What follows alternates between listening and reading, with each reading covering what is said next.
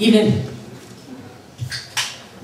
When Gareth first asked me to do this on Transgress, I actually, I'm kind of tame compared to some of the material that has graced the stage tonight. Kind of was sitting there feeling like Anna fucking Green Gables there for a while, right? And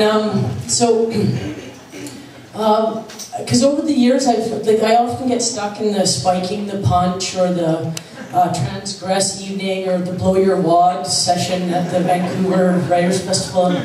And you know, I write a lot about my grandmothers. I'm a kitchen table storyteller, and I discovered over the years that it's actually not really so much the content of my work, it's just me that fucks with people, I guess, in a way. I mean, not intentionally. I'm very kind-hearted, actually, but anyway, this one is a story that I forced myself to put into loose end because I knew it would make my mother extremely uncomfortable.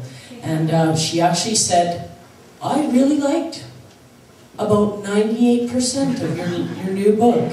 And that was all she said about it. It's called Battle of the Bulge. I'm going to get a little personal here for a bit. I like to pack. There. I've said it. I don't know why it's so hard to say. I mean, almost anyone who's seen me in jeans over the last 5 years or so already knows this about me. But it's something I rarely talk about, for all the obvious reasons. One 9th edition copy of the concise Oxford Dictionary defines pack in quite a number of ways. The closest to my meaning is number 1, a noun, a collection of things wrapped up or tied together for carrying. And then in its verb context, to fill, as in a suitcase or bag, etc., with clothes or other items, or in its transitive form, to put closely together, to crowd or cram, as in packed a lot into a few hours. There's also the transitive colloquial form, which is to carry a gun, etc., or to be capable of delivering a punch, i.e., with skill or force. All definitions sort of hint at, but don't exactly apply to what I actually mean.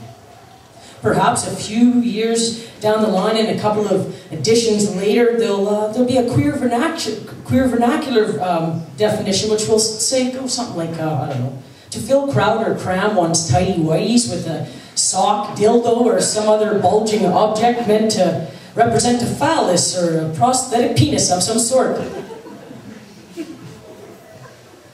Myself, I find packing a hard dildo around all the time, well, too hard, frankly.